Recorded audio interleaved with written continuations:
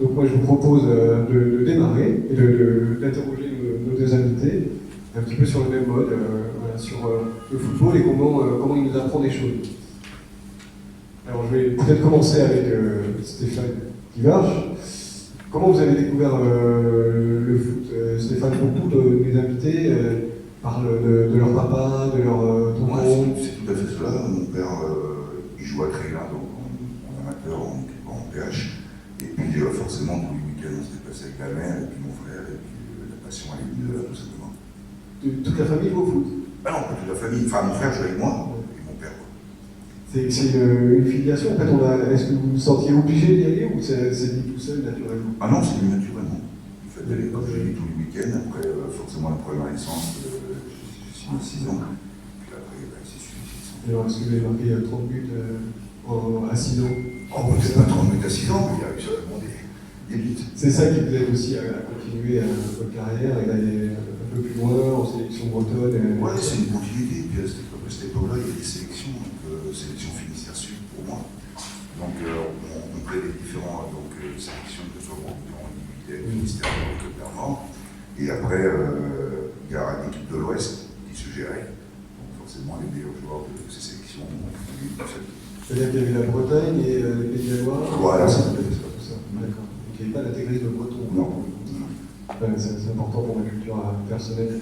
Stéphane Beignet, même question. Même réponse. Ouais. Mon papa, lui, jouait à l'AS Arriernel, à côté de Quimper.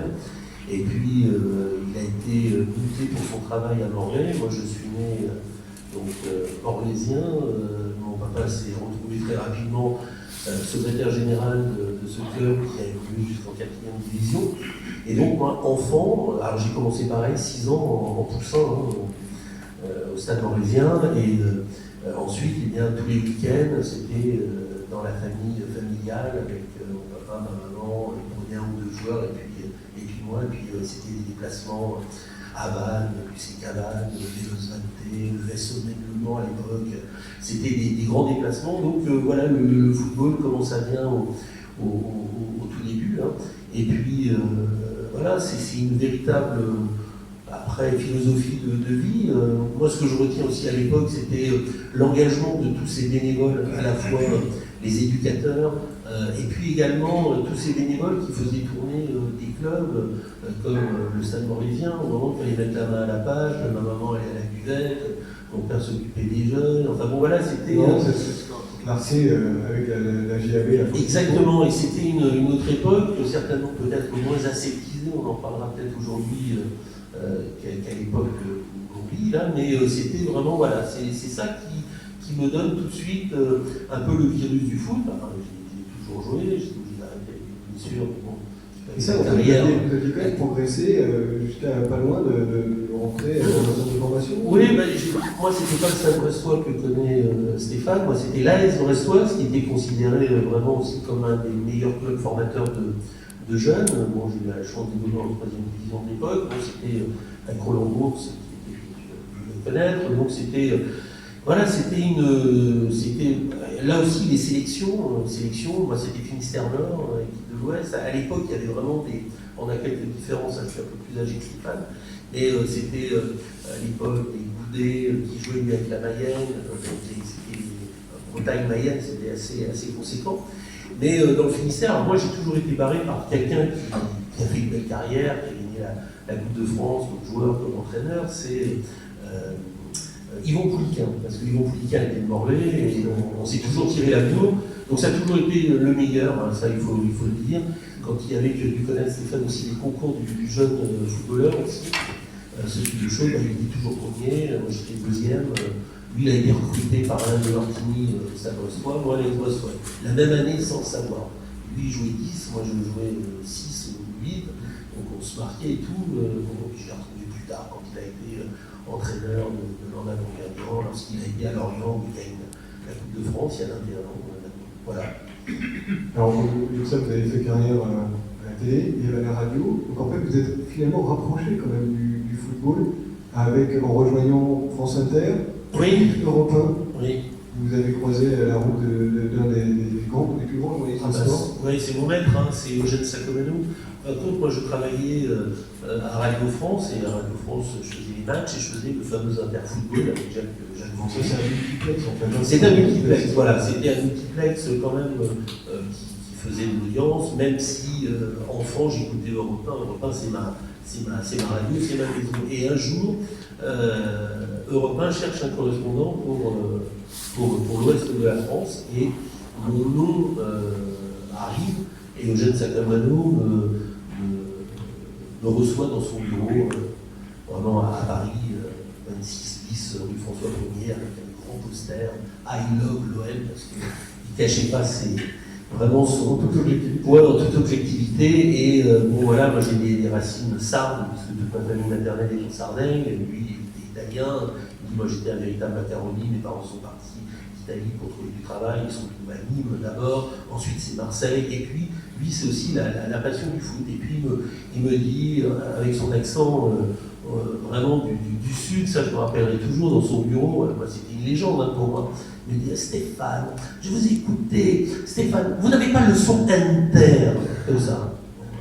Même, vous n'avez pas le son inter. Et, bah oui, bon, je me suis dit, c'est peut-être plutôt bon signe. Il m'a dit oui, et donc ça s'est fait comme ça. C'était 1990, alors j'avais déjà fait 1 an et demi d'interfootball. Et il m'avait toujours dit, Stéphane, si vous venez nous rejoindre, parce que moi j'étais obligé de démissionner du service public, hein. J'étais à Radio France, je démissionne, mais Europe c'était ma radio, je travaillais à la télé, un peu à TDR à côté, bon. Et donc me voilà parti pour cette aventure. C'était au mois de juin 90, il partait quelques jours plus tard en Italie pour la Coupe du Monde. Et d'ailleurs, Rennes récupérait un autre grand attaquant, François Magnifique, qui avait fait des misères au Paris Saint-Germain, puisque le premier match à domicile au stade de la Route de Lorient, qui n'était pas encore au Roison Park, 2 buts de la tête de François Magnifique face au PSG. Et donc voilà comment l'aventure est partie. Ça fait 32 ans que ça dure. Toujours, pardon, un de la tête, pardon. Mais le premier, je retiens celui. Non, très bien. Je reprends encore le centre de Patrick de la Montagne, côté droit. Oui, c'est voilà. Et un but de la tête, il va plus haut que tout le monde. Et Joël Matz, qui ne veut pas récupérer le ballon. Mais ça fait 32 ans que ça dure. J'étais très honoré. Le Stade Rennais m'a offert un très beau maillot il y a 2 saisons en plein Covid, mais bon, avec un maillot frappé 1500. Donc 1500, plus de 1500 matchs pour Europe 1. Voilà, mais j'ai été effrayé, pour ne pas être trop long, mais j'ai été effrayé ce jour-là, parce que quand il m'a remis le maillot, c'est Jacques Delanoë, le président du conseil d'administration, j'ai tout de suite pensé à mon épouse et à mes 3 enfants. Je me suis dit 1500 comme 1500 soirs, après-midi, où j'étais sur la route entre Caen, Laval, Le Mans, Vannes, Rennes, Guingamp, Guingamp, Brest aussi. Et je me suis dit, voilà, j'ai eu de la chance d'avoir aussi, il faut de la famille, mais je pense que pour les joueurs de foot, c'est aussi pareil avec les déménagements. Si on n'est pas vraiment épaulé par sa famille, sa femme, ses enfants, bah ça aurait été beaucoup plus difficile. Je veux que vous en parlez un peu dans le cadre du reste de cette acceptation, c'est important pour moi. Ah oui, c'est très important pour moi parce qu'il faut que ce soit aussi accepté, partagé. Et je pense que si j'ai un de mes fils, ma fille là-bas, mais il faut que je parle même, parce que si je parle que de mes deux garçons, et surtout de mon fils qui lui est en master 2 de l'école de journalisme à Nice, lui, tout petit, il faisait ses interviews dans son lit. Il avait 4-5 ans, il faisait des interviews, je l'ai amené sur tous les stades, principalement aussi Guingamp, où il a eu la chance de rentrer dans les vestiaires, d'avoir le maillot de Roumain. Enfin bon, voilà, c'est des choses aussi qui apportent beaucoup, mais le football permet aussi de communiquer énormément. Et là, vous parliez, Romain, de filiation. Mon père est le football qui m'amène au foot, moi avec mes enfants. Mon épouse, voilà, je crois qu'il y a le foot, c'est universel, ça rapproche les peuples, et il faut voir ça aussi comme vraiment beaucoup de satisfaction. C'est pas la guerre, le football. Stéphane, quel rapport vous aviez, on parlait de Saccomanno, vous l'aviez croisé, Eugène Saccomanno, quel rapport vous aviez avec les journalistes? Moi j'ai toujours eu des bons rapports. Après, il y a les journalistes, ça fait des critiques, mais les critiques, je parle du principe qu'il faut avancer aussi. Ça permet justement de prendre le recul, de se dire pourquoi ce jour-là on est critiqué, pourquoi on n'a pas été bon. Donc après on doit corriger tout simplement sur le terrain. Vous l'avez jamais mal pris? Non. Après, pense qu'aujourd'hui, on a souffert le plus, c'est avoir la Coupe du Monde, parce qu'on est parti de quasiment rien. On était dans le néant, et puis, comme je l'ai dit dans le bouquin, après des victoires, après d'autres victoires, donc on a su réagir, on a bien commencé la poule, et puis ce qui a permis après d'enchaîner par la suite. Alors avant la Coupe du Monde, on va revenir peut-être un petit peu sur le début, parce que je vous ai laissé, vous étiez encore centre de formation. Là donc vous avez connu Brest, Oui. qui était un grand club à l'époque, et juste avant de s'effondrer en réalité. C'était l'équipe, il y avait Ginola, il y avait Guérin, je crois. Vincent Guérin. Collier, Maurice Bouquet. Voilà. Moi je les ai pas tous, mais. Cabanas. Cavagnas, on a pensé Je vais les avoir. Ouais. Et donc vous avez joué à Brest, et puis après vous êtes allé à Guingamp. Alors pourquoi vous êtes allé à Guingamp? Il fallait rester en Bretagne à tout prix ou... J'avais pas le choix, tout simplement, c'est que j'ai effectué mon service militaire et j'ai fait plus de 6 mois sur base, donc j'étais dans l'obligation de rester dans le secteur. Bon, mais quand même, mon sucré quand même le nouvel an, tout simplement, c'est que j'avais pas dit que j'étais parti, j'avais signé à Guingamp, donc j'étais considéré comme déserteur. Donc c'est une petite anecdote. Et après malheureusement, comme il y a eu plus d'arrangement avec Brest et puis la marine, donc le fait d'avoir été à Guingamp, ils m'ont changé d'affectation, ils m'ont mis au casernement. Donc il a fallu tourner pelouse, ramasser les mégots sur les trottoirs, donc c'était complètement différent. Donc j'effectue la journée de 7h du matin, 7h30 du matin à 4h30 l'après-midi, et j'allais m'entraîner avec le Bélec. Donc c'était dans des conditions particulières, c'était donc du boulot auquel forcément je m'en trouvais remplaçant. Alors justement, je vais vous demander comment vous avez vécu dans ces deux villes. C'est deux villes différentes, hein. C'est une grande ville, capitale bretonne. Guingamp, je ne connais pas, mais d'après ce que j'en comprends, il n'y a pas non plus 70 000 habitants. Non, il y a 1000 habitants, je crois, à Guingamp, par rapport à 200 000 à Brest. Mais bon, en Brest, je considère plus c'est de la formation, parce que j'ai fait 2 ans d'apprenti, 3 ans de stagiaire, chose que là, on est rentré un peu plus dans les choses sérieuses avec Guingamp, même si ça a été compliqué aussi, comme j'ai dit, la première année, on termine 14e, et la saison suivante, c'était les 2 poules de Ligue 2, et il fallait terminer dans les 10 premiers. Et donc, là, grosse claque parce qu'on termine 14e, et du coup, on était rétrograde de national. Donc là, tout le monde voulait quitter le navire. Malheureusement, ou heureusement pour Guingamp, le grec a su nous conserver. Il a mis un effectif solide derrière, et puis on a fait les 2 montées consécutives. Alors le grec, si je ne me trompe pas, c'est la même personne qui a parlé de votre ancien coéquipier en équipe de France. On était un peu élogieux il y a quelques semaines. C'est pas brillant. Non, on ne peut pas parler comme ça, surtout à Zidane, qui a fait énormément de football français. Mais bon, il dérape, comme il l'a fait auparavant aussi à Guingamp. C'est un peu dommage pour l'image de ce bonhomme qui a beaucoup compté pour le football quand même en Bretagne, mais en France aussi, de finir sur cette note. Oui, après, c'est pas bien perçu par le monde professionnel et amateur. Mais bon, je pense qu'à un moment donné, on arrive à un âge aussi, à 80, on peut laisser la place aux jeunes. Bon, après Guingamp, vous partez à Auxerre. Alors, je ne vais peut-être pas dévoiler tout le bouquin, mais alors j'ai adoré la manière dont vous signez à Auxerre, parce que vous dites que Giroud vient vous voir en Bretagne. Vous dites que Giroud en 94, 15, c'était l'année 80, saison 95. Et je me dis, c'est quand même une star, Giroud, à l'époque. Alors comment on fait pour voir Giroud sans que personne ne le voit? Il a atterri avec le président Jean-Claude Hamel, donc je crois que c'est à Trémuson, enfin pas Trémuson, l'aéroport de Saint-Brieuc. Et après, du coup, on a pris la voiture et puis on est allé dans une salle de restaurant à Trémuson. Et le restaurant était fermé, hein, donc personne ne devait. Il est reparti en Allemagne. Après, il est reparti, donc moi j'ai donné mon accord, et puis il restait 2 matchs à effectuer avec Guingamp, donc justement pour la montée.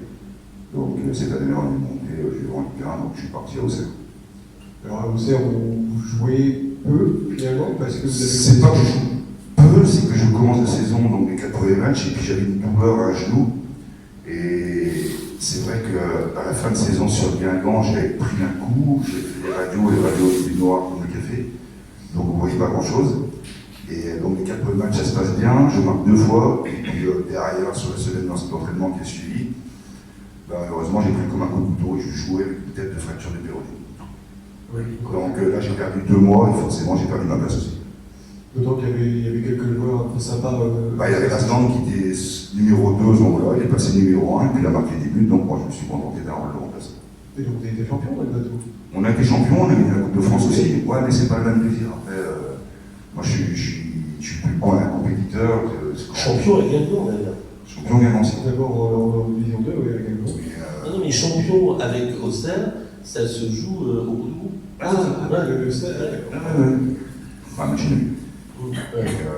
Ouais, donc cette année-là, j'en ai su faire, et c'est pour ça que du coup, je suis arrivé à Rennes. Alors justement, en fait, parce qu'il y a des gens qui attendent un petit peu ce passage-là dans la salle, c'est une saison exceptionnelle, marquée une trentaine de buts. 30, ouais. Comment Stéphane, alors on adresse peut-être à Stéphane Beignet, qui doit s'en rappeler de cette saison-là, c'est 96-97. Et comment on l'a dit comment vous l'avez vécu? Bah, Est-ce que vous vous rappelez de Stéphane Puter? Stéphane Puter, moi je faisais déjà tous les matchs de Rennes et de Guingamp en alternance. Donc Stéphane, je l'avais déjà vu pratiquer vraiment dans un stade, puisque Guingamp, 8 000 personnes, 16 000 personnes au bout du bout. Donc c'est 2 fois la population de la ville. Avec la spécialité quand même de cette équipe de l'an avant Guingamp, c'était de taper tous les gros du championnat. C'est-à-dire que les Paris Saint-Germain, Marseille, ils tombaient tous là-bas. Parce qu'il y avait quand même cette ferveur, ce supplément d'âme, et une équipe remarquable avec un duo d'attaquants avec Lionel Roussel, c'était incroyable. Et quand on commande, évidemment, les buts, c'est là où vraiment on atteint un peu l'apothéose quand même, on monte vraiment dans les tours. Et Stéphane, c'était, il partait à droite, il frappait, il partait sur la droite, il croisait ses tirs, pareil à gauche, donc pied droit, pied gauche, de la tête, c'était vraiment c'était phénoménal. Et donc, quand il arrive à Guingamp et Rennes après, on se dit, voilà, c'est une chance, on va retrouver, comme Rennes avait eu des Takac à l'époque, ou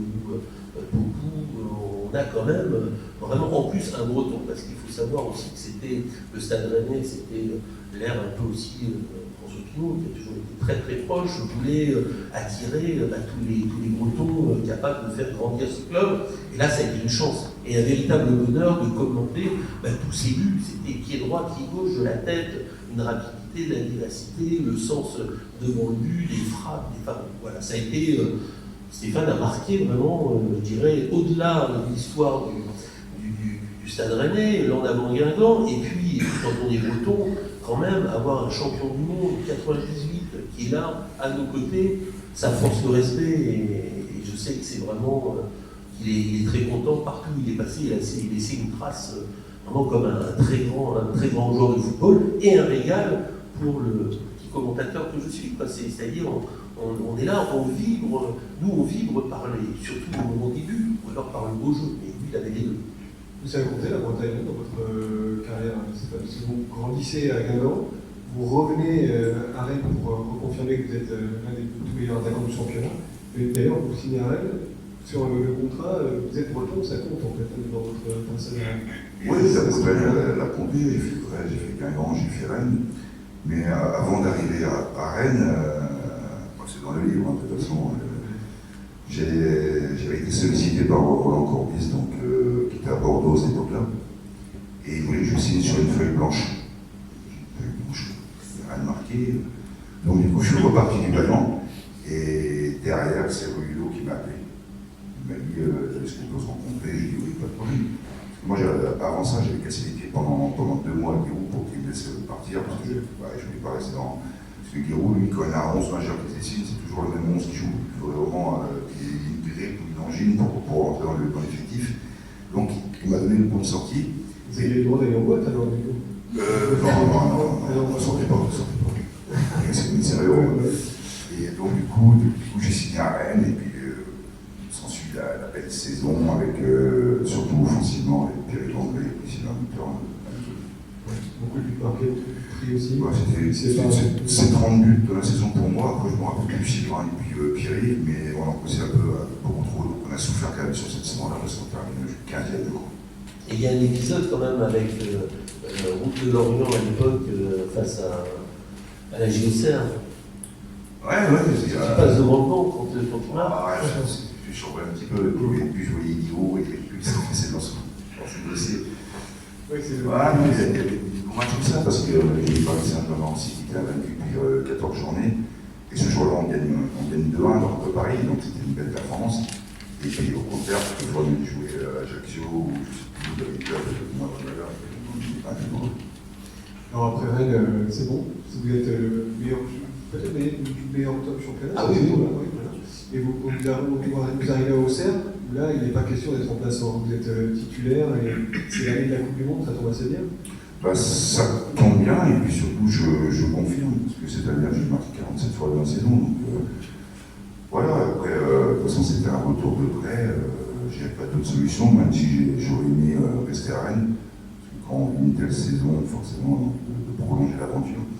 Mais bon, en fin de compte, je suis retourné à Auxerre. Après, j'ai intégré l'équipe de France, mais tout simplement, c'est qu'à Rennes, je ne pouvais pas l'intégrer, puisqu'à Rennes, j'étais plus. J'allais dans le couloir, j'allais à droite, j'allais à gauche, je me promenais sur le front d'attaque. Chose qu'à Auxerre, j'étais tout simplement numéro 9 parce que j'avais 2 CD que je connais. Et lequel a besoin d'un 9? C'est ce qu'ils cherchaient, un vrai 9, quoi. Dos, but, de la tête. Quoi. Alors avant l'équipe de France, juste un mot sur Auxerre. Auxerre, c'est Guingamp en plus grand, ça ressemble à ça. C'est 40 000 habitants. Mais c'est bien, c'est les clubs où on a la tranquillité. Moi, j'ai un petit pas de main, on peut sortir tranquillement, on peut aller faire des balades en forêt, on peut tout faire. Et vous croyez que les joueurs aujourd'hui continuent à faire comme vous faisiez, les balades en forêt le dimanche? Non, je pense pas. Ça a un peu changé, ça. C'est cher. Ouais, peut-être, je ne sais pas ce que sont les consoles aujourd'hui. On a le sentiment qu'ils profitent peut-être un petit peu moins des lieux où ils sont. C'est sûr. Ouais. C'est Stéphane, peut-être que vous connaissez, vous les côtoyez peut-être un peu plus. Oui, bah, ça a changé, hein. Ça a vraiment changé. Aujourd'hui, tout est pour une catégorie, c'est la maison privée, et qu'il y a une journée, ça peut être Paris, ça peut être Marrakech, ça peut être Dubaï, s'il y a 2 jours d'affilée. Les choses ont complètement changé. On a vu, moi ce qui m'a vraiment marqué, c'est un jour, c'était au centre d'entraînement de la Pillardière, où on nous a interdit, parce que c'était comme ça, on ne pouvait plus faire des interviews à l'issue des entraînements. Et on nous a dit, non, tu n'y penses pas, tu ne vas pas faire une interview, il est tout transpirant, il sort du truc. Et là, ça a été tout de suite un véritable changement. Il a fallu que ce soit aseptisé, devant des panneaux, et ça, on l'a vu. Alors, bon, le football a changé un peu de paradigme, mais bon, voilà, c'est comme ça. Mais avant, les entraînements, c'était à la fin des entraînements à Rennes, c'était sur le terrain, derrière. Voilà, on avait une très grande proximité. Aujourd'hui, il faut faire des demandes en amont, c'est souvent non. Quand on dit oui, bah voilà, alors qu'avant, c'était. Vous pouvez appeler les joueurs directement. Oui, bah, on les appelait, on avait essayé. Aujourd'hui, les joueurs sont inaccessibles. Ouais. Dès qu'ils arrivent au stade, ils sont partis. Donc, je prends les 2 petits gamins qui sont là, c'est vrai que s'ils nous demandent l'autographe, ils n'ont jamais malheureusement l'autographe, des choses qu'à l'époque, nous, on se déplaçait aussi. Oui, moi j'ai un souvenir de Tour de France au Pau et ensuite PSG, qui était incroyable. Donc, les stars du PSG, tout le monde était extrêmement heureux de recevoir Paris. Et donc, ils étaient parqués comme dans un hôtel. Ils sont rentrés dans le bus, depuis l'entrée de l'hôtel, le bus, ils ont fait 1 mètre pour aller dans le bus.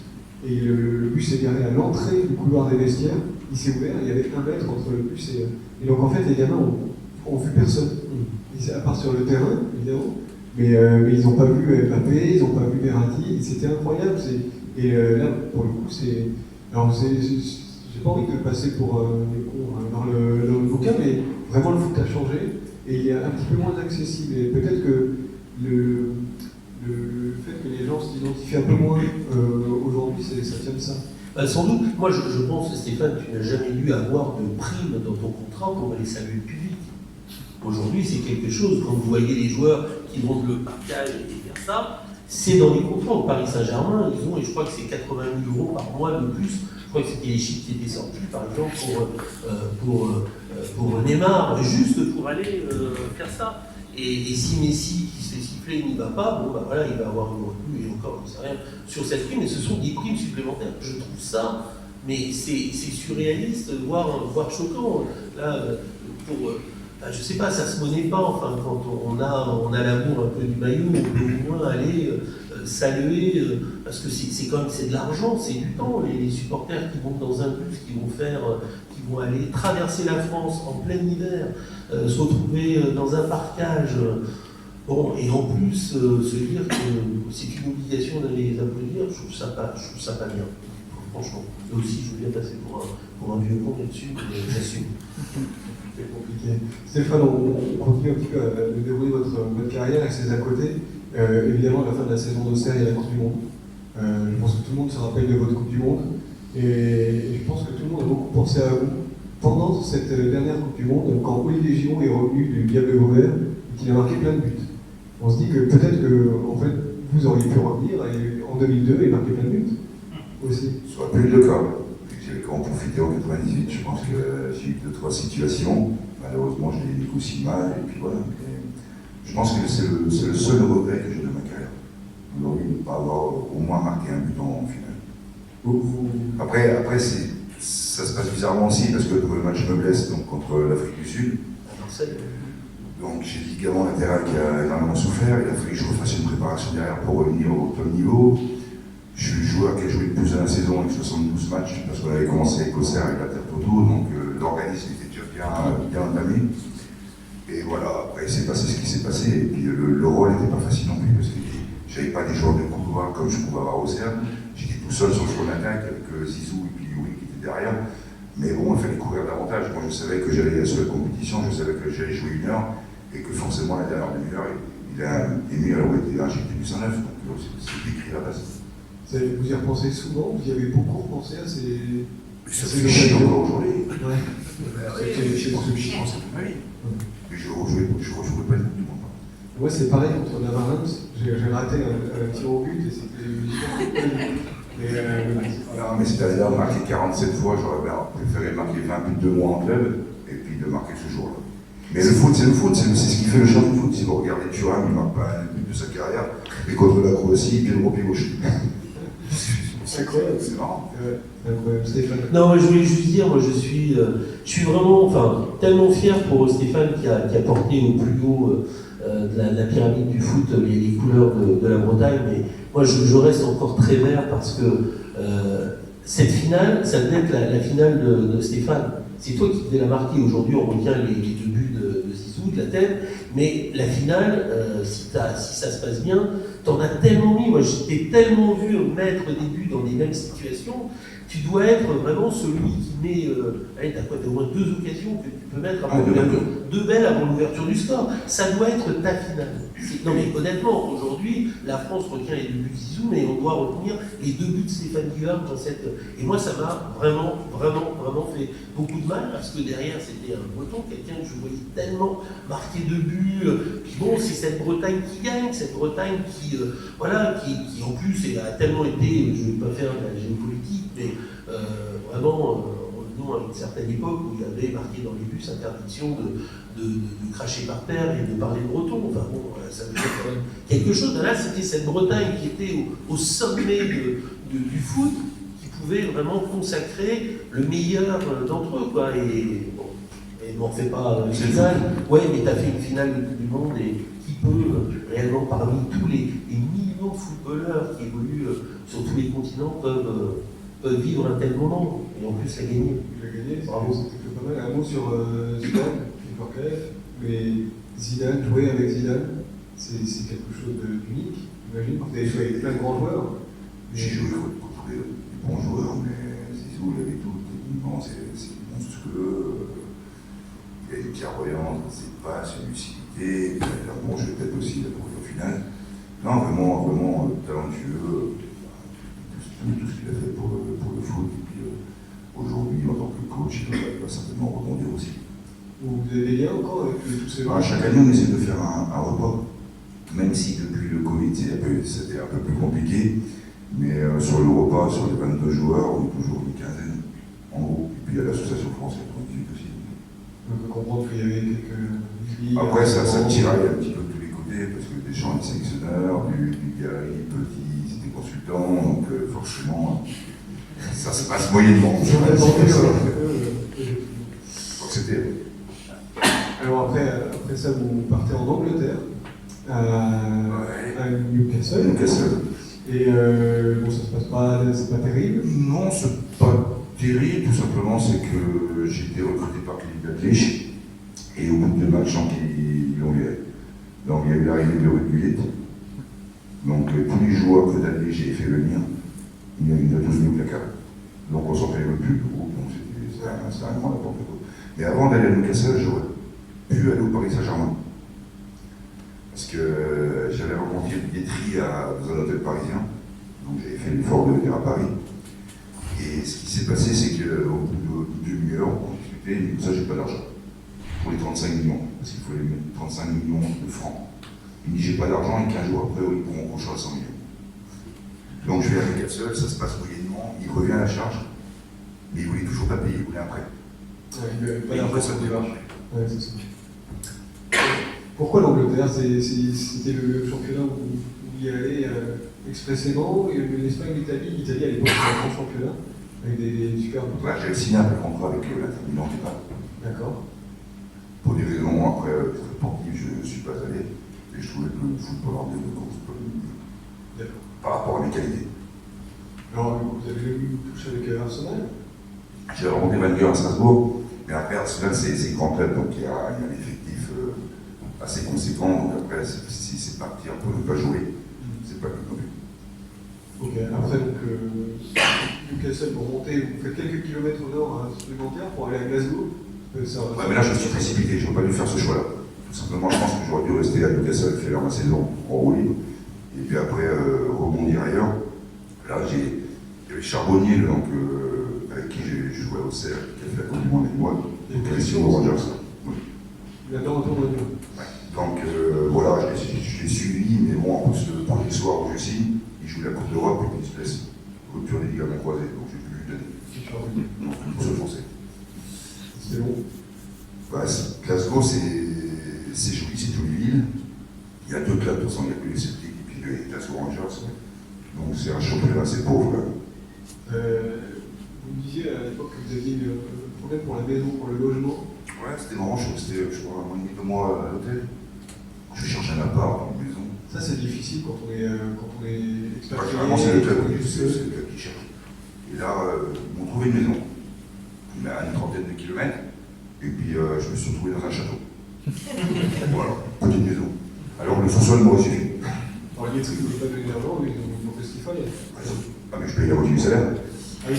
Pas du loyer, pardon. Oui, d'accord. Bon, c'est un peu bon. Ah.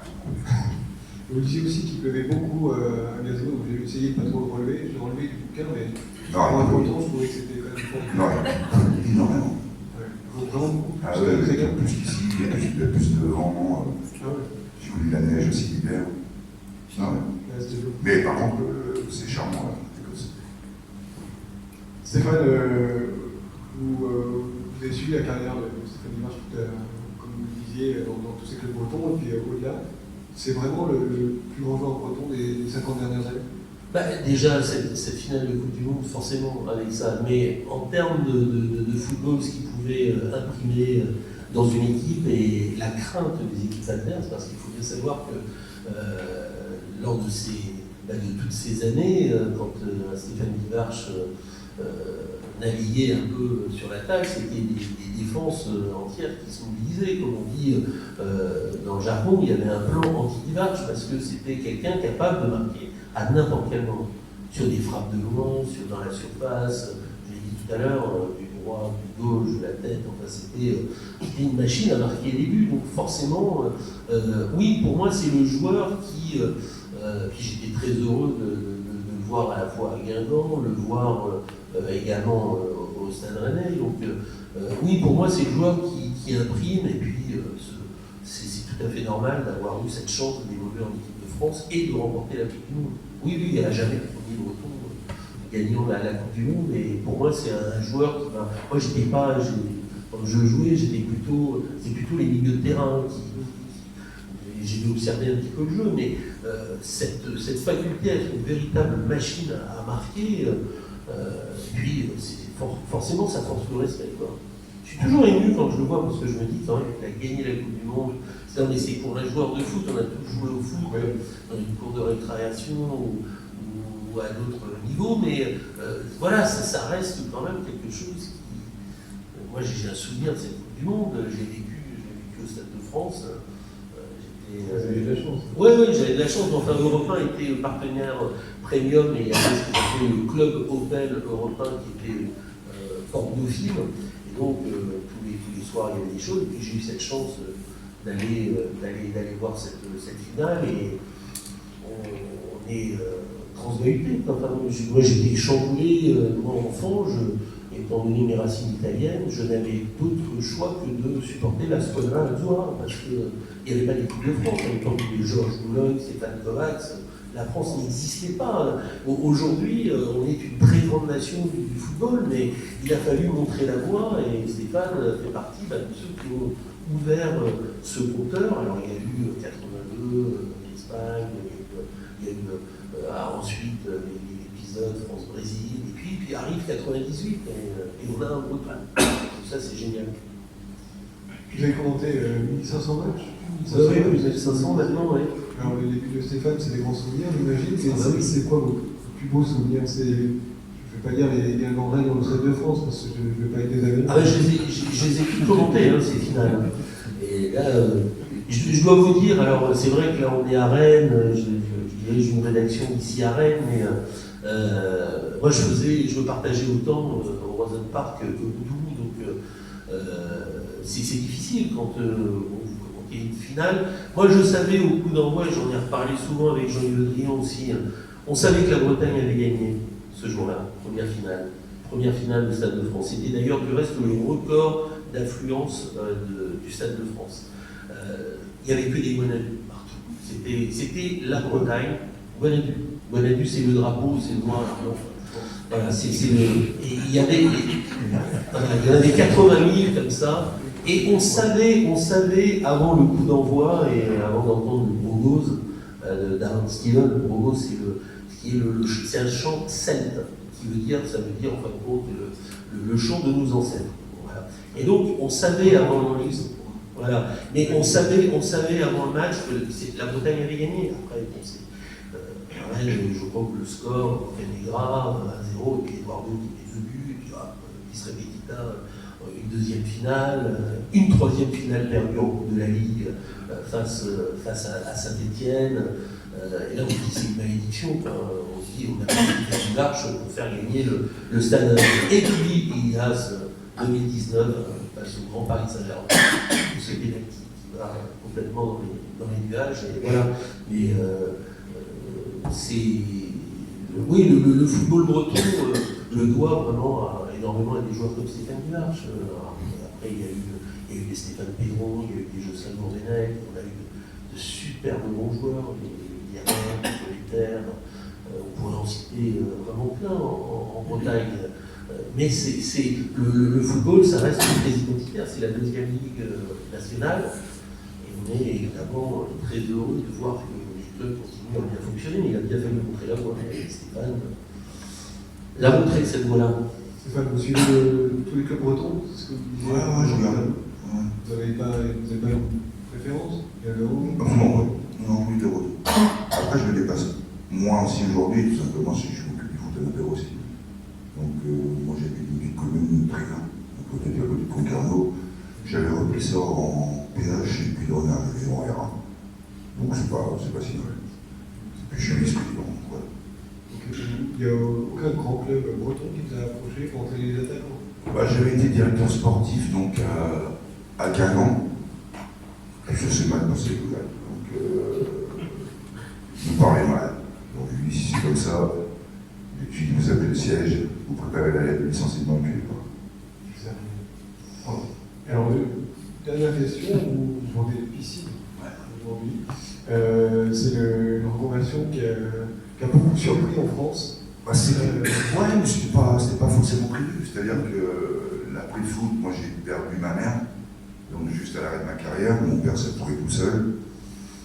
Et de fil en aiguille, voilà, je suis resté là, je suis resté à ses côtés, et puis moi j'avais un copain qui ouvrait cette structure de piscine. Puis j'ai dit, je vais te donner un coup de main en attendant. Mais j'étais consultant à l'époque aussi pour Canal+. Et je lui ai donné un coup de main, et puis 10 ans après, je suis toujours arrivé. Voilà. Et vous en avez besoin pour vous lever le matin? En fait, il faut quelque chose, une activité. Il faut faire quelque chose, on ne peut pas rester sans rien faire. C'est ce que je vous disais, comme vous avez gagné des millions d'euros dans votre carrière. Ouais, mais j'ai perdu aussi. Vous asseoir sur votre table. Ah ouais, non, mais bon, la Coupe du Monde, on a gagné un peu d'argent, mais bon, quand vous avez un président de la République qui dit, ça c'est bien les gars, vous avez fait quelque chose d'extraordinaire. Parce qu'on était dans la tranche à 54 à cette époque-là. Et puis il avait dit, c'est extraordinaire, retenez la source 15%. Ce qui est bien. Sauf que 3 ans plus tard, redressement fiscal. faut rendre les 39% manquants, les pénalités de retard et les intérêts de retard. Ben, je vais vous dire qu'il ne reste pas grand-chose. Je comprends mieux pourquoi c'est difficile. Bon, merci à tous Donc, les deux. c'est une belle école de la vie. Mais évidemment, on peut dire, on Parce donne qu'après, pas les gens de ils disent cours, les footballeurs, ils savent faire que ça. Alors, moi, je prends du plaisir dans tout ce que je fais. Et si je suis là aujourd'hui à avoir des piscines, c'est que je prends du plaisir. Sinon, j'aurais été faire autre chose. c'est comme les journalistes, hein, c'est pas mal. Ça va faire que les journalistes. Voilà, il faut savoir faire ça à condition de savoir en sortir. En tout cas, moi je vous conseille ce livre parce que le titre, moi je le trouve très beau, hein, Mon école buissonnière. Et puis je trouve qu'il y a beaucoup de. Alors vous verrez plein de portraits, mais c'est fait par un véritable amoureux du football et des gens. Et je crois qu'on ne sait parler bien des choses que si on aime les gens. Et ça revient à ce qu'on disait, ne jamais refuser un autographe, une photo quand on est joueur de foot, sinon ça n'a aucun sens. Voilà. En tout cas, vraiment merci. D'y avoir eu un chapitre consacré, je suis vraiment très honoré, je ne le mérite pas. Mais par rapport à ça, je trouve que parler avec autant d'affect, de gentillesse, et vous comprenez le football, vous comprenez cette passion qu'il y a derrière, et vous aimez les gens. Et ça, c'est une très belle preuve, en tout cas, de positionnement pour ce football qui nous réunit un peu et qu'on aime tant. Merci beaucoup. Peut-être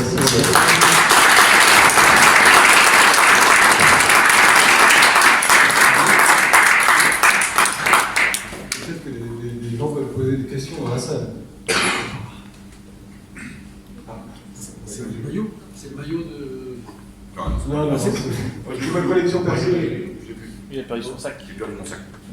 Quand on m'a volé mon sac. C'est pas pareil. C'est pas pareil. Non. C'est quelqu'un de sécurité.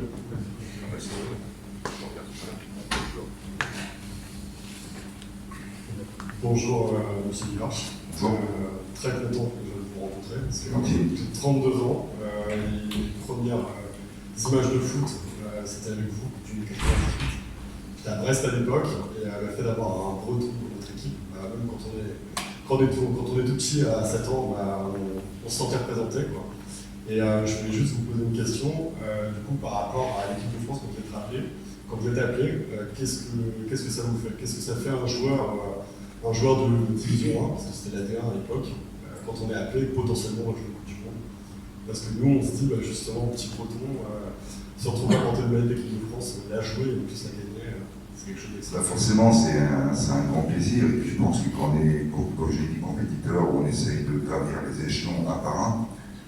Parce que, après, on peut le juger, mais je crois que le palmarès fait beaucoup aussi. Donc, moi, j'ai mis tous les ingrédients, tous les atouts, justement, pour essayer d'aller le plus loin dans ma carrière. Après, j'ai la chance et le bonheur aussi d'intégrer le Stade Rennais qui me permet de marquer 30 buts. Après, dans la continuité, j'en marque 47 avec Auxerre. Donc les portes se sont ouvertes logiquement. Après, moi j'avais appris ça, je crois, c'était 2 mois, le coup de fil d'Aimé Jacquet. Et puis après, dans la voiture, j'avais entendu à la radio aussi, et puis j'allais sur 3. Donc, non, c'est une fierté, que ce soit pour moi, pour ma famille, pour tout le monde, de parvenir justement à jouer cette Coupe du Monde. En plus, c'est situé en France, donc forcément, ça avait un impact encore plus conséquent. Et quand on voit le bonheur relatif aux gens, je pense que tous les gens, le 12 juillet 98, ils savent où ils se trouvaient. Merci beaucoup. D'autres questions, peut-être? Vas-y, profitez-en. Il y a eu aussi la liste des 28. Vous avez peut-être eu un peu peur de ne pas être dans les 22 là. Non, le breton, il était confiant. Non, là où j'ai trouvé dur, c'est vrai que c'est toujours délicat et difficile, parce que moi je me suis retrouvé en chambre avec Sabri Lamouchi.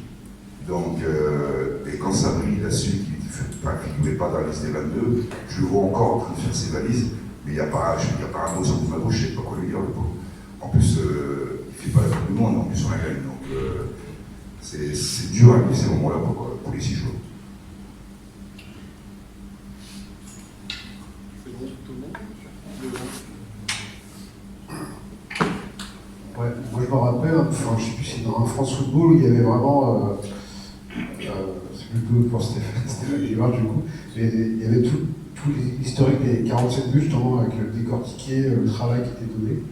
Je ne sais pas comment, peut-être que justement notre Stéphane peut donner son avis sur le travail que pouvait donner Stéphane à l'entraînement, quoi. Est-ce que c'était vraiment un peu comme on dit, comme certains, Cristiano, il est à fond. Non, mais après, on n'a rien sans rien non plus. Après, ça ne vient pas du jour au lendemain. Je pense que moi, depuis tout jeune, j'aimais bien rester après les séances. Rester un petit quart d'heure, 20 minutes. Je connais le deuxième gardien qui ne jouait pas trop. À Auxerre, c'était Cuperli qui faisait les centres. Moi, j'étais à la reprise, donc ça m'a bien aidé, parce que quand on est dans une surface d'opération, il faut enchaîner. Ça va tellement vite avant que le défenseur intervienne. Donc, quand on a déjà le but, on sait se repérer, forcément, ça aide, ça contribue. Une petite question sur je m'appelle Salim, mais Concarneau, là, ils sont national. Du coup, vous avez un peu de relation avec le club ou Non, je n'ai pas forcément de bonnes relations. Parce qu'on est voisins, et puis nous, le recrutement, forcément, on va appliquer des joueurs à Concarneau. Donc ça tiraille un petit peu.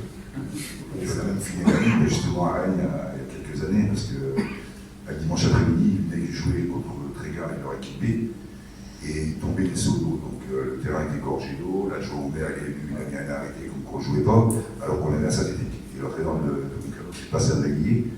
Donc il dit Pascal, mais ça, je ne vais pas jouer sur votre synthétique, il est pourri. Ce que je confirme, il était vraiment pas bon. Et puis on va jouer à l'extérieur, je ne sais pas, 15 jours, 3 semaines après, on est perdu. Et juste à côté de l'article, on est perdu aussi avec Concarneau 3-0 sur tapis vert. Et j'ai dit, c'est pas possible, on n'a pas joué le match. Donc du coup, on s'est tous retrouvés à la Ligue. Et puis avec Raymond Bosquet, donc le vice-président, et puis Pascal Daguier. Et puis voilà, ça s'est passé comme ça s'est passé, je savais que j'avais gagné. Donc on a bien joué le match là-dessus. Moi, je confirme avoir vu Stéphane, après les séances d'entraînement, sur le terrain à l'époque, qui était derrière la petite voie de chemin de fer sur les hauteurs du stade du Roux-de-Roux, et c'était vraiment, c'est à répéter les gammes, quoi, un peu comme un pianiste, c'est-à-dire des frappes, et c'était vraiment impressionnant. C'est pas la même qualité de ballon non plus. Non, c'était... Ouais, quand on faisait de la tête...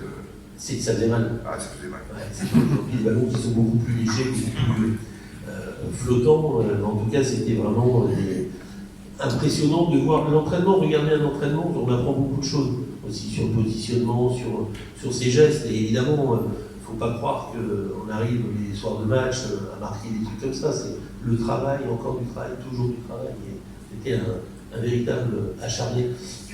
Moi, j'ai eu le Roux, il y a eu Inter Milan qui est venu jouer, qui est venu là-bas, avec un fait complètement incroyable. C'est-à-dire que les joueurs de l'Inter croyaient que c'était le terrain d'entraînement. Et Boris Djorkaeff qui jouait en face, il dit non, on s'entraîne là parce que c'est là où on va jouer le match.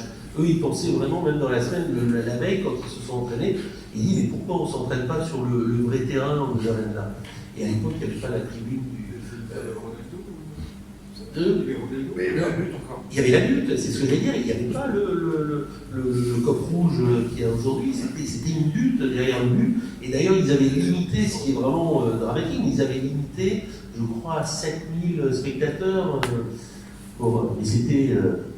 Il y avait Grenoble qui était l'entraîneur, je crois, Inter, Ilori qui jouait, enfin bon, c'était. Et tout ça, ça ne vient pas par hasard, c'est le travail, l'acharnement et l'abnégation. Moi, j'avais une question à Jean-Monsieur Livache. Que pensez-vous maintenant qu'on voit qu'en équipe de France, on a du mal à rentrer maintenant en équipe de France? Je parle notamment de joueur de Martin Terrier qui a du mal à rentrer en équipe de France. Peut-être parce qu'il joue à Rennes. Non, on rigole, mais c'est vrai, moi quand je parle de mes 30 buts avec Rennes, jamais j'aurais pas l'équipe de France. Ça, c'est sûr, c'est une certitude. Et encore, Rennes, moi, à mon époque, on était 15e. Aujourd'hui, Rennes était combien, 4e, 5e? Donc, 6. Bon, ils vont monter. Non, c'est dommage parce qu'il avait marqué 21 buts l'année dernière. Je crois que c'était sous son groupe. Bon, là, malheureusement, il s'est blessé. Mais après, c'est des choix de sélectionneurs. Après, il préfère Giroud devant. Et voilà. Puis encore, Giroud, il a eu de la chance parce qu'il s'est blessé. Donc, je pense que sinon, je ne suis pas sûr qu'il aurait fait la Coupe du Monde. Mais il y a du potentiel, il y a une telle qualité dans ce groupe France aussi, mais il aurait certainement mérité sa chance, et j'espère qu'il aura peut-être un jour. Ce qui est juste gênant, on se dit que c'est pas un bon signal que l'on donne pour les bons joueurs qui restent évoluer dans le championnat de Ligue 1. S'il faut être à l'étranger pour avoir une chance d'entrer en équipe de France, c'est un peu dommage parce que derrière, il y a tout le travail de formation. Peut-être avec les championnats qui aussi. Oui, alors on a de bons joueurs étrangers qui viennent là, mais voilà, je crois que des fois, être joué dans des clubs étrangers, en Angleterre, en Espagne, en Italie, on a le sentiment que c'est plus un accélérateur de réussite pour être en équipe nationale. C'est un peu dommage parce que je pense que Martin Terrier aurait mérité, au vu de ce qu'il a pu faire, de faire au moins quelques tentatives en équipe de France. Alors moi j'ai plusieurs questions, enfin un petit mot pour chacun. J'ai commencé par Romain, donc j'ai lu votre livre à Noël. Et je profite de ma convalescence parce qu'on a un point commun, j'ai eu des ligaments croisés, je viens de me faire réopérer, donc je prends le temps de le bouquiner. Et j'aime beaucoup le regard que vous avez sur. Et je pense qu'on doit avoir à peu près dans les mêmes âges, et du coup j'ai à peu près un peu la même vision, on va dire. Monsieur Beignet, moi j'écoutais un peu planqué dans ma chambre le soir, les multiplex, et j'écoutais, alors je zappais entre Europe 1 pour avoir tous les scores, et France Bleu Armorique, Radio France Armorique avec Philippe Delacote. Exceptionnel, Philippe Delacote. Vraiment, Philippe, je lui rends hommage parce que je lui dois l'Interfootball. On a 10 ans d'écart avec Philippe. Et puis un jour, il me dit écoute, Stéphane, parce que c'est lui qui faisait l'Interfootball pour France Inter, et il me dit écoute, Stéphane, t'es jeune, t'as envie, tu mords dedans, fais plutôt l'Interfootball, ça te permettra peut-être, tu vois, d'être plus reconnu plutôt que France Bleu Armorique. Moi, je vais prendre Armorique, et toi, je ne sais pas s'il y a beaucoup de journalistes qui réellement feraient ce type de choses. Et si j'en parle, c'est parce que voilà, si j'ai fait Interfootball, ça m'a permis aussi d'être écouté par Sacomano qui cherchait quelqu'un. Donc je lui ai toujours dit à Philippe merci, et ce qu'il a fait, peu de gens le feraient, je pense. Donc j'ai eu la chance de le rencontrer, Philippe Delacote, de pouvoir ce commentaire avec Georges Caillou. Avec Georges Caillou, l'autre roi vraiment du football de retour, alors qui lui va sortir un livre, il écrira un livre que Jackie Le Gall va faire. J'ai vu Jackie l'autre jour à Brest, un match, il a dit qu'il allait faire un livre autour du football brestois, lui c'est sa vie, et ce sera écrit par Georges Caillou. Et donc moi quand j'étais petit, qu'est-ce que je voulais faire quand j'étais grand? Je voulais commenter le foot à la radio, et donc pour une petite parenthèse, j'ai eu la chance de pouvoir commenter un bout de match du Stade Rennais avec ensuite Kevin Baudron qui commentait pour France Bleu, et donc on avait sympathisé à Glasgow justement quand on avait été en déplacement. Et donc j'ai eu la chance de commenter un bout de match. Ça c'est fait. Voilà, pour la petite histoire. Et je vais finir avec Stéphane Guivarch. Moi forcément, c'est les années où je suivais le foot. Moi je suis toujours à fond, mais c'était mes années Panini, on va dire ça comme ça. Et j'ai juste une petite question. Vous faites des clubs et des clubs et des clubs. Est-ce que vous avez réussi à garder des contacts avec, en particulier avec des gens? Vous avez côtoyé à Guingamp, à Auxerre. Est-ce que vous avez des relations particulières avec certains? À Guingamp, je suis toujours en relation avec Stéphane Guivarch de Auxerre. D'accord. Ouais. Oui. Après, forcément, on vit tous. Bien sûr. Chacun prend des lots un peu différents. Donc après, c'est peut-être plus compliqué. Et à Auxerre, vous avez gardé des liens avec Ouais, j'ai Charbonnier, plutôt encore Diomède aussi. Diomède. Très bien. Donne le micro à qui veut bien. Merci beaucoup. Merci d'être venu. Merci Romain.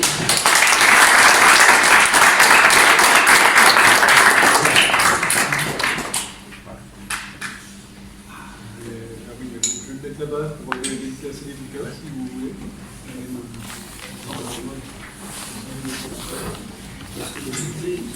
C'est la géographie. Moi, c'était encore une moi, je me rappelle que quand je regardais des matchs de Saint-Michel,